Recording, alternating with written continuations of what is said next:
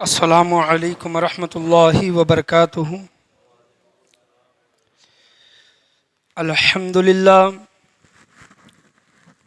للہ رب العالمین والعاقبۃ للمتقین، الصلاۃ والسلام علی سید الانبیاء والمرسلین وعلی آلہ وصحابہ اجمعین، اما بعد فاعوذ باللہ من الشیطان الرجیم، بسم اللہ الرحمن الرحیم، وجاہدوا فی اللہ حق جہادہ، صدق اللہ و مولانا رسولہ النبی الامین المکین الکریم، وعلی آلہ الشاہدین والشاکرین والحمد للہ رب العالمین۔ آئیے ہم اور آپ اپنی غلامی کا ثبوت دیتے ہوئے گنبد خضرا میں آرام فرمانے والے آقا حضور تاجدار مدینہ سرور و قلب و سینہ جناب احمد مجتبیٰ محمد مصطفیٰ صلی اللہ علیہ وسلم کی بارگاہ گوہر بار میں درود و سلام کا ہدیہ نچھار کریں۔ پڑھیے بآواز بلند، اللہم صلی علی محمد وعلی آل محمد وبارک سلم صلو علیہ، الصلاۃ والسلام علیک یا رسول اللہ صلی اللہ علیہ وسلم۔ اور ایک مرتبہ نبی اور آل نبی کے بارگاہ میں درود و سلام کا ہدیہ نچھار کریں، اللہم صلی علی محمد وعلی آل محمد وبارک سلم صلو علیہ، الصلاۃ والسلام علیک یا رسول اللہ صلی اللہ تعالیٰ علیہ وسلم۔ الحمدللہ آج میری تقریر کا عنوان حضرت سیدنا خالد بن ولید سیف اللہ رضی اللہ تعالیٰ عنہ ہے، اور ان کی شان میں آج خراج عقیدت پیش کرنے کے لیے میں یہاں پر کھڑا ہوا ہوں۔ سیدنا خالد بن ولید سیف اللہ، جن کو کہا جاتا ہے اللہ کی تلواروں میں سے ایک تلوار جس کو کہا جاتا ہے، ان کا یوم وصال کا دن 29 جمادی الاول، یہ آنے والا کل کا سنیچر کا دن ہے 29 جمادی الاول، تو انہی کی شان میں میں آج بیان کرنے کے لیے کھڑا ہوا ہوں۔ اللہ تبارک و تعالیٰ 17واں پارہ ہے اور سورہ حج میں ارشاد فرماتا ہے، اعوذ باللہ من الشیطان الرجیم، بسم اللہ الرحمن الرحیم، وجاہدوا فی اللہ حق جہادہ۔ اللہ تبارک و تعالیٰ نے قرآن مجید فرقان حمید میں ارشاد فرمایا کہ اللہ کی راہ میں جہاد کرو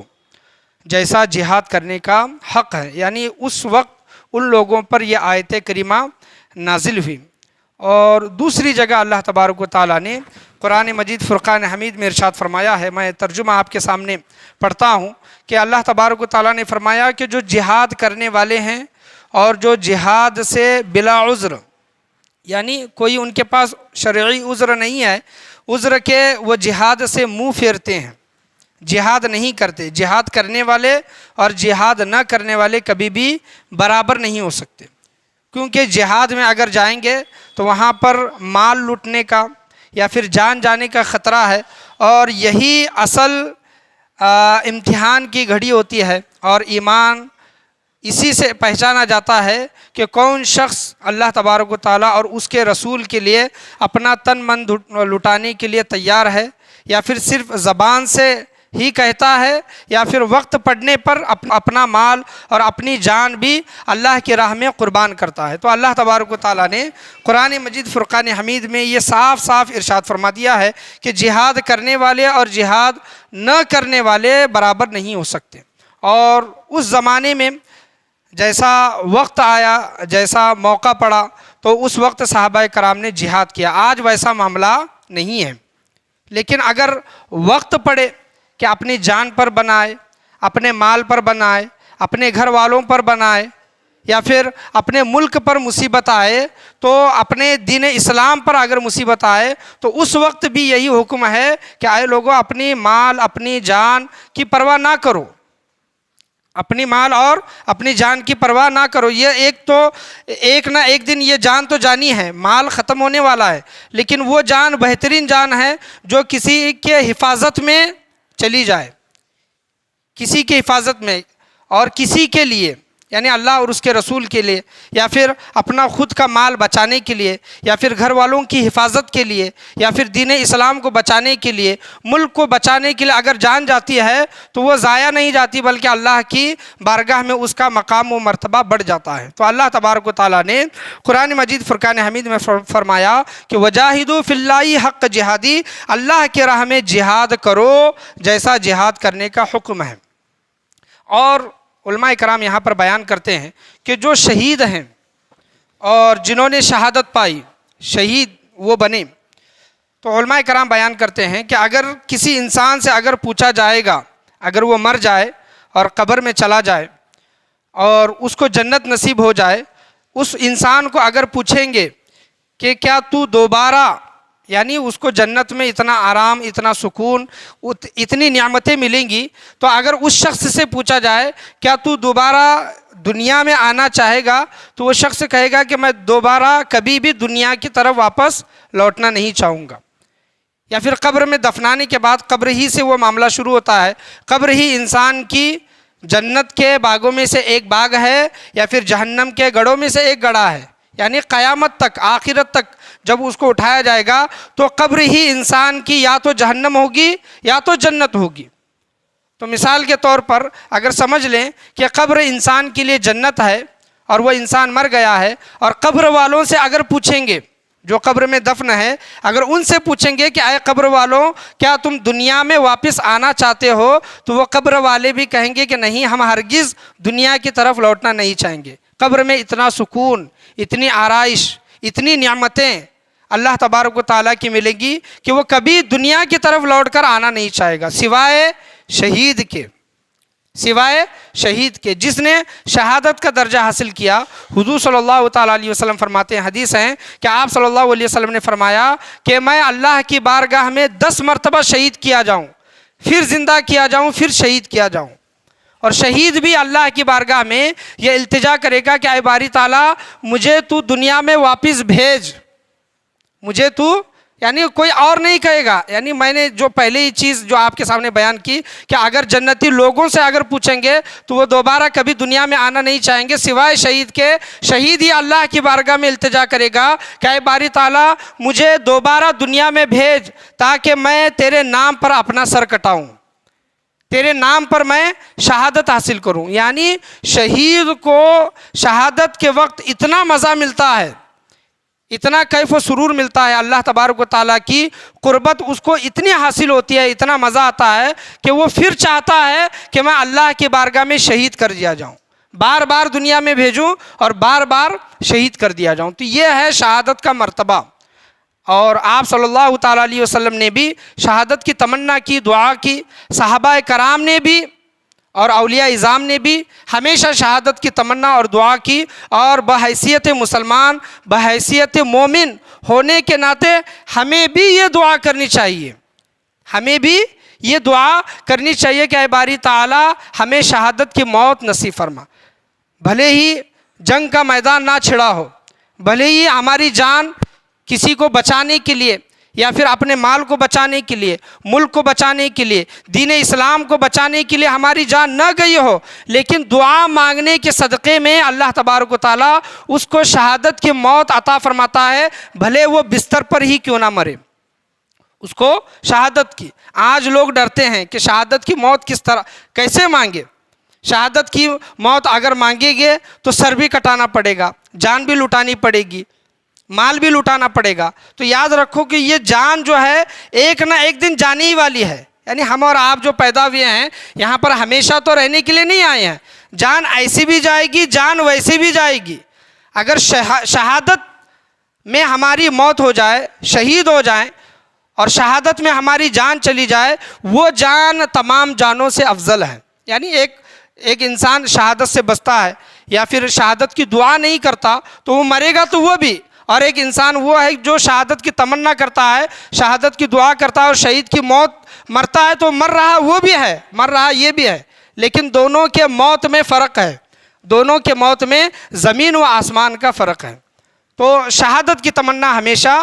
دل میں ہونی چاہیے اور دعا بھی اللہ کی بارگاہ میں ہمیں کرنی چاہیے۔ تو حضرت سیدنا خالد بن ولید رضی اللہ تعالیٰ عنہ کی آج سیرت بیان کی جا رہی ہے۔ 29 جمادی الاول ان کے یوم وصال کا دن ہے، سیدنا خالد بن ولید رضی اللہ تعالیٰ عنہ کا۔ اور دیکھیں کہ اگر اللہ تبارک و تعالیٰ نے مقدر میں شہادت لکھی ہے تو آپ کو شہادت مل کر رہے گی،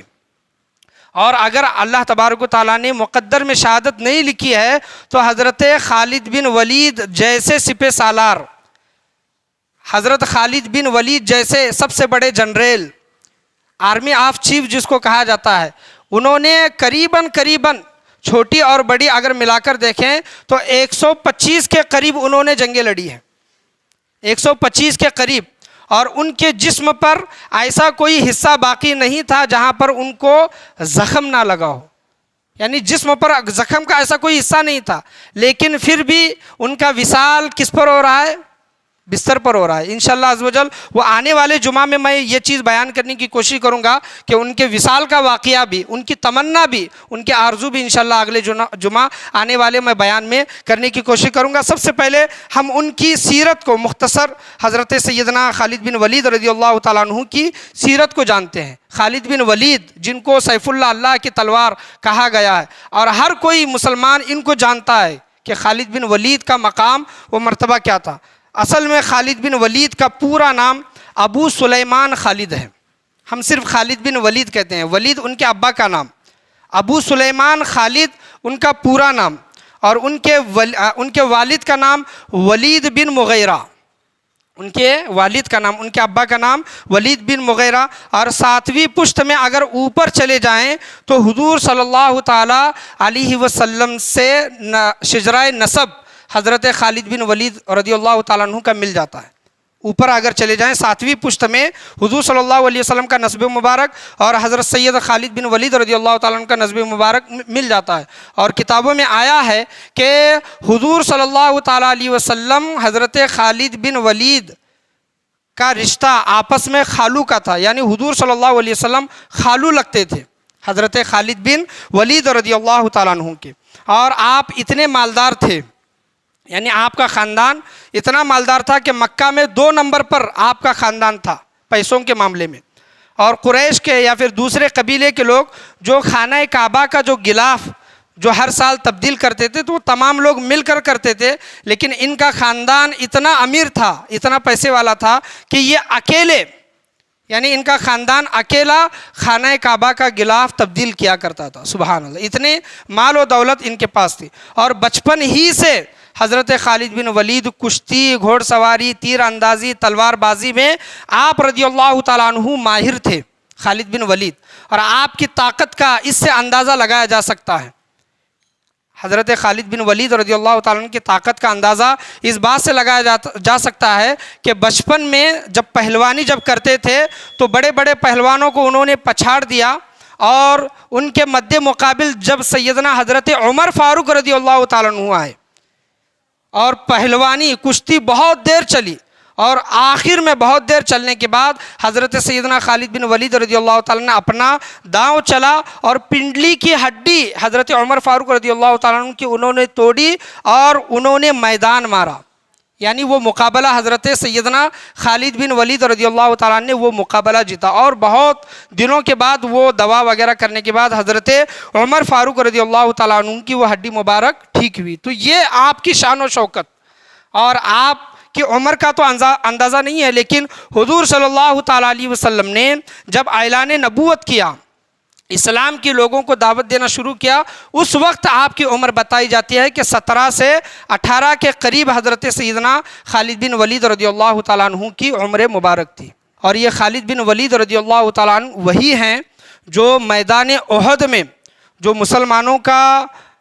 جو کایا پلٹ گئی مسلمانوں کی میدان احد میں، یہ انہی کی وجہ سے پلٹی ہے۔ اور آپ دیکھ لیں کہ شروع کے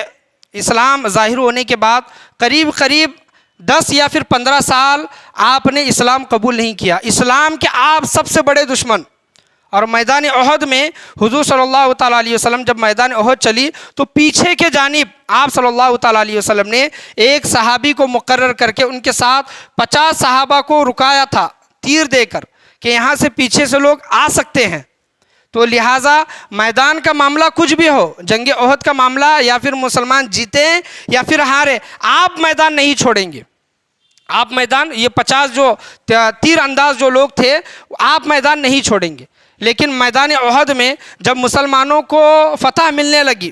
اور مسلمان کامیابی حاصل کرنے لگے تو مال غنیمت جو لوٹنے لگے، مال غنیمت جو حاصل کرنے لگے، جو 50 تیر انداز جو وہاں پر لوگ موجود تھے وہ بھی مال غنیمت حاصل کرنے کے لیے انہوں نے میدان چھوڑا۔ جو وہاں پر صحابی تھے عبداللہ بن زبیر رضی اللہ تعالیٰ عنہ، انہوں نے بتایا کہ حضور صلی اللہ تعالیٰ علیہ وسلم نے اس جگہ کو چھوڑنے سے منع فرمایا ہے۔ تو صحابہ کرام کو یہ غلط فہمی ہوئی، انہوں نے کہا کہ یہ آپ صلی اللہ علیہ وسلم کا حکم تو میدان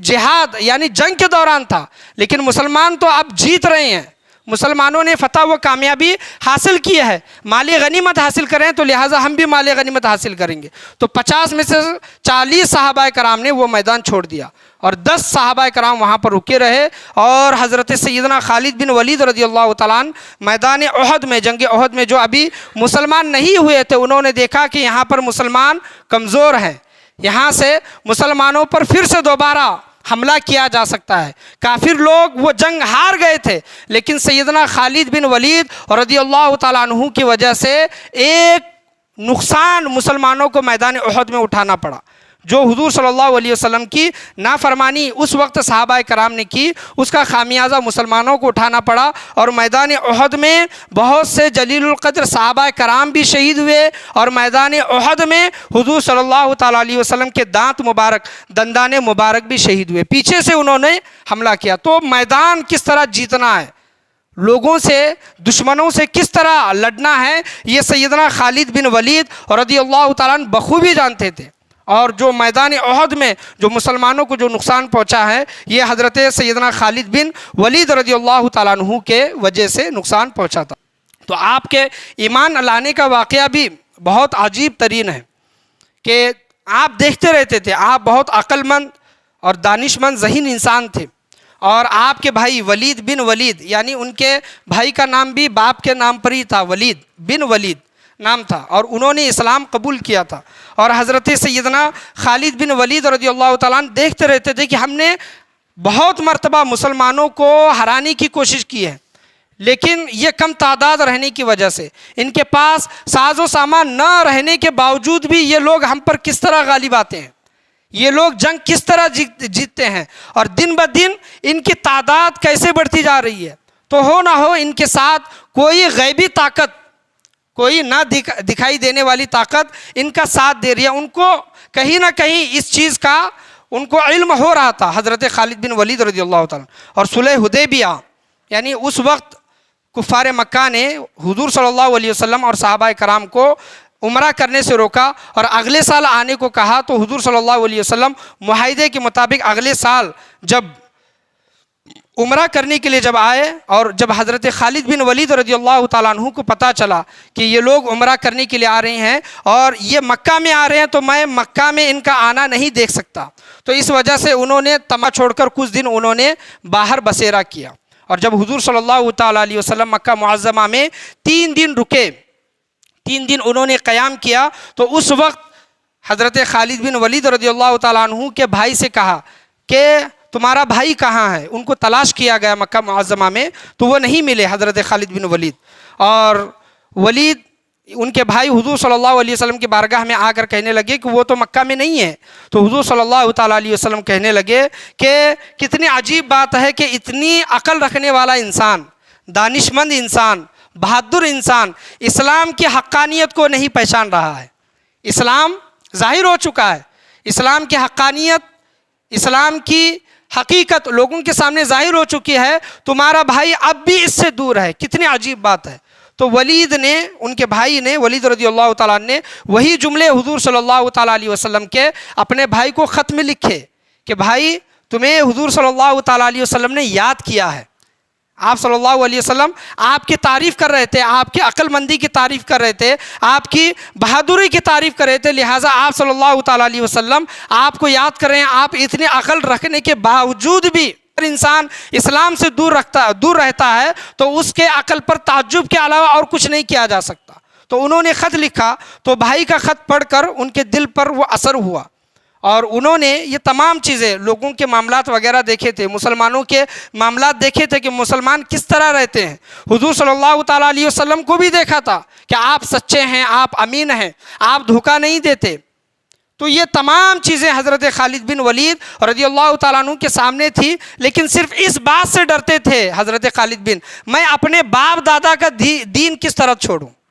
میں اپنے باپ دادا کا دین نہیں چھوڑ سکتا، اس وجہ سے وہ دور تھے۔ انہوں نے دل میں ارادہ کیا، حضور صلی اللہ تعالیٰ علیہ وسلم کی بات ان کے دل میں اثر کر گئی، اور وہ مکہ سے مدینہ کی طرف چلے، اور انہوں نے حضرت عثمان بن طلحہ رضی اللہ تعالیٰ عنہ کی یہ بات بتائی کہ میں اسلام قبول کرنا چاہتا ہوں، اسلام نے میرے دل میں گھر کر لیا ہے، میں اسلام قبول کرنا چاہتا ہوں۔ تو عثمان بن طلحہ رضی اللہ تعالیٰ عنہ نے بھی کہا کہ میں بھی اسلام قبول کرنا چاہتا ہوں، تو دونوں ساتھ میں چلے، اور وہاں سے حبشہ سے عمر بن عاص رضی اللہ تعالیٰ عنہ حبشہ سے آ رہے تھے، اور راستے میں جب ان کی ملاقات ہوئی تو انہوں نے پوچھا کہ خالد مدینہ کی طرف جا رہے ہو، کیا ارادہ ہے؟ تو انہوں نے کہا کہ میں اسلام قبول کرنے کے لیے جا رہا ہوں۔ تو حضرت عمر بن عاص رضی اللہ تعالیٰ عنہ نے بھی کہا کہ حبشہ سے میں بھی اسی ارادے سے نکلا ہوں،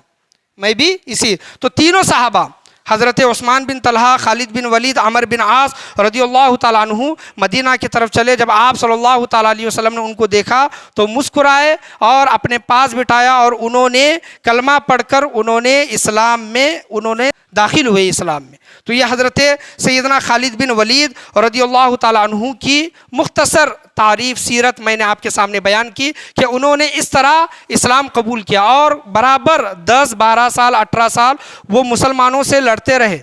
اور مسلمانوں کو جس طرح موقع ملتا وہ نقصان پہنچانے کی ہمیشہ خالد بن ولید رضی اللہ تعالیٰ عنہ کوشش کرتے رہے۔ جب حضور صلی اللہ علیہ وسلم کی بارگاہ میں جب اسلام لے کر آئے تو کہنے لگے کہ یا رسول اللہ، میں ہمیشہ مسلمانوں کو نقصان پہنچانے کے لیے پشے پیش رہتا تھا، آگے رہتا تھا، تو لہٰذا مجھے معاف فرمائیں، اور آپ دعا فرمائیں کہ اللہ میرے گناہوں کو معاف کرے۔ تو حضور صلی اللہ علیہ وسلم نے کہا کہ خالد، جب انسان مسلمان ہوتا ہے، اسلام لے کر آتا ہے، تو اس کے پچھلے تمام گناہ اللہ تبارک و تعالیٰ معاف فرما دیتا ہے۔ تو حضرت خالد بن ولید نے کہا کہ نہیں یا رسول اللہ، پھر بھی آپ میرے لیے خصوصی دعا کریں۔ تو آپ صلی اللہ علیہ وسلم نے حضرت خالد بن ولید رضی اللہ تعالیٰ عنہ کی لیے اللہ کی بارگاہ میں دعا کیا، اے باری تعالیٰ خالد کو معاف فرما، خالد پر رحم فرما، اور خالد بن ولید رضی اللہ تعالیٰ عنہ اسلام لے کر آئے۔ اور یہ جو کہا جاتا ہے کہ اسلام میں چوری کرنے کے بعد جو ہاتھ جو کاٹے جاتے ہیں، انہی کے خاندان نے یہ مشورہ دیا تھا کہ جو انسان چوری کرتا ہے اس کے ہاتھ کاٹ دیے جائیں۔ اسلام میں یہ عمل لایا گیا انہی کے مشورے پر، یعنی انہی کے خاندان کے مشورے پر، کہ جو بھی مسلمان اگر اسلامی حکومت ہے اور وہاں پر مسلمان اگر چوری کرتا ہے تو اس کے ہاتھ کاٹ دیے جائیں، انہی کے خاندان کا مشورہ تھا۔ جب آپ اسلام لے کر آئے تو آپ کا معاملہ کیا تھا، اور جنگ موتا میں جب آپ ابھر کر آئے، جنگ موتا یہ سب سے بڑی جنگ تھی کہ 3000 کے مد مقابل 2 لاکھ دشمنان اسلام، وہاں پر کس طرح خالد بن ولید رضی اللہ تعالیٰ عنہ نے اپنے جنگ لڑنے کا مظاہرہ دکھایا، اور کتنے صحابہ کرام وہاں پر شہید ہوئے، انشاءاللہ عز و جل آنے والے جمعہ میں انشاءاللہ بیان کرنے کی کوشش کی جائے گی۔ یہ تھی سیدنا حضرت خالد بن ولید رضی اللہ تعالیٰ عنہ کی مختصر سیرت، انشاءاللہ عز و جل ان کے جنگی کارنامے آنے والے جمعہ میں اور ان کے وصال کے متعلق بھی انشاءاللہ عز و جل بیان کرنے کی کوشش کی جائے گی۔ 29 جمادی الاول ان کے یوم وصال کا دن ہے، یہ آنے والا کل ہی کا دن ہے۔ اپنے مسجد ہو، اپنے محلے ہوں، یا پھر اپنے گھروں میں ہو، یہ عظیم جرنیل، یہ عظیم سپہ سالار حضور صلی اللہ تعالیٰ علیہ وسلم کے چہیتے، اللہ تبارک و تعالیٰ کی تلواروں میں سے ایک تلوار خالد بن ولید سیف اللہ، جن کو لقب ملا ہے اللہ کی تلوار، تو ان کی یوم وصال کا دن ہے کل کا۔ تو اپنی مسجدوں میں ہو، گھروں میں ہو، محلے میں ہو، فاتحہ خوانی کا اور ان کی بارگاہ میں خراج عقیدت ایصال ثواب کرنے کی آپ بھرپور کوشش کریں۔ ایسے عظیم لوگوں کے کارنامے پڑھنے کی بھی کوشش کریں کہ ان لوگوں نے کس طرح دین اسلام کے لیے قربانیاں دی ہیں۔ اللہ تبارک و تعالیٰ قرآن مجید فرقان حمید میں فرماتا ہے وجاہدوا فی اللہ حق جہادی، اللہ کی راہ میں جہاد کرو جیسا جہاد کرنے کا حکم ہے۔ جو لوگ جہاد کرتے ہیں اور جو لوگ جہاد سے بچتے ہیں، کبھی بھی یہ 2 لوگ برابر نہیں ہو سکتے۔ یہ اللہ کا قرآن مجید فرقان حمید میں فرمان ہے۔ آج کے بیان میں، آج کے درس میں، بولنے میں، سننے میں، سمجھانے میں کسی بھی قسم کی غلطی کوتاہی خامی بھول چوک ہوئی ہو، اللہ تبارک و تعالی محض اپنے فضل و کرم سے اسے معاف عطا فرمائے، اور سیدنا خالد بن ولید رضی اللہ تعالیٰ عنہ کی سیرت پڑھ کر اس کو اپنی زندگیوں میں ڈھالنے کے اللہ تبارک و تعالی ہم تمام لوگوں کو توفیق و رفیق عطا فرمائے۔ آج کے بیان میں، بولنے میں، سننے میں، سمجھانے میں کسی بھی قسم کی غلطی ہوئی ہوگی، اللہ تبارک و تعالی اپنے فضل و کرم سے اسے معاف عطا فرمائے، اور عظیم صحابہ کرام کے نقش قدم پر چلنے کی توفیق عطا فرمائے۔ لا الہ الا اللہ محمد رسول اللہ صلی اللہ تعالی علیہ وسلم، وآخر دعوانا ان الحمد للہ رب العالمین۔